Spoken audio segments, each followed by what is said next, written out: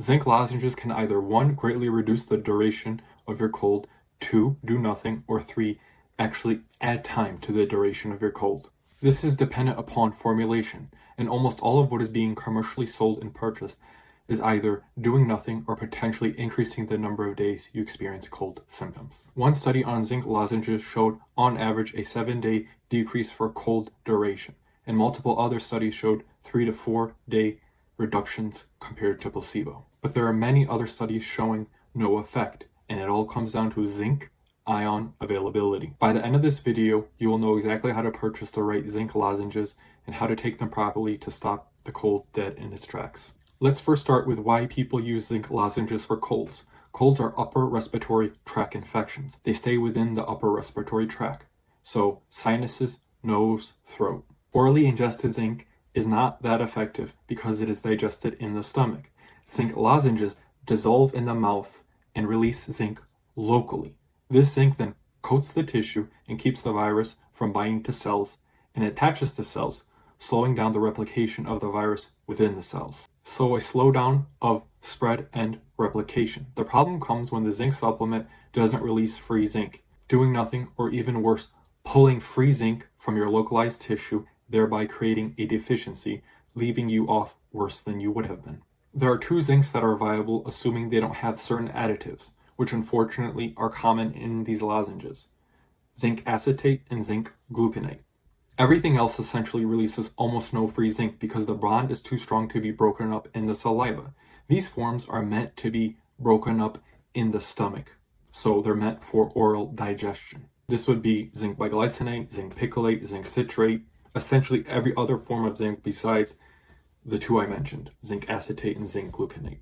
Zinc acetate releases more free zinc than zinc gluconate, but studies have shown it is still very effective. But in theory, you should choose acetate if you can. Here is a full list of things to avoid in your zinc lozenges. You may want to screenshot these and compare them to the ingredient label when purchasing these lozenges.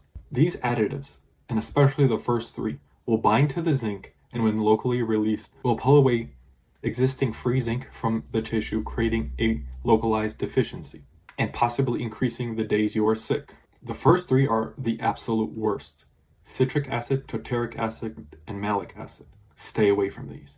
Then amino acids like lysine, aspartic acid, cysteine, and sweeteners like sorbitol and mannitol. But sweeteners like sucrose, fructose, dextrose, and stevia are fine. They put these sweeteners in to hide the metallic taste of zinc. So now that you know the right type of zinc to take, efficacy is dependent upon proper daily dosage. You want to be taking between 75 to 100 milligrams of elemental zinc per day, taking these lozenges approximately every 2 to 3 hours, depending on dosage. If you go under 75 milligrams, the efficacy really goes down, and past 100 milligrams, the efficacy doesn't go up by much. It is also very important to start at the first sign of symptoms. This could potentially stop the virus in its tracks. In the studies I have observed, within a full day or 2 of this protocol, a huge chunk of people no longer experience any symptoms. This study shows 50% of the people who took zinc lozenges had no symptoms within 2.7 days. As compared to placebo, the 50% mark was only hit after 7.5 days. A huge difference. Here's one product that I found was good.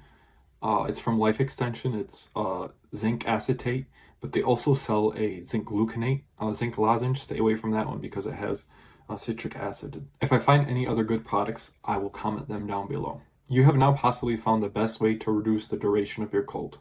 On the prevention side, I think taking a zinc lozenge once or twice after coming into contact with someone who's sick is not a bad idea.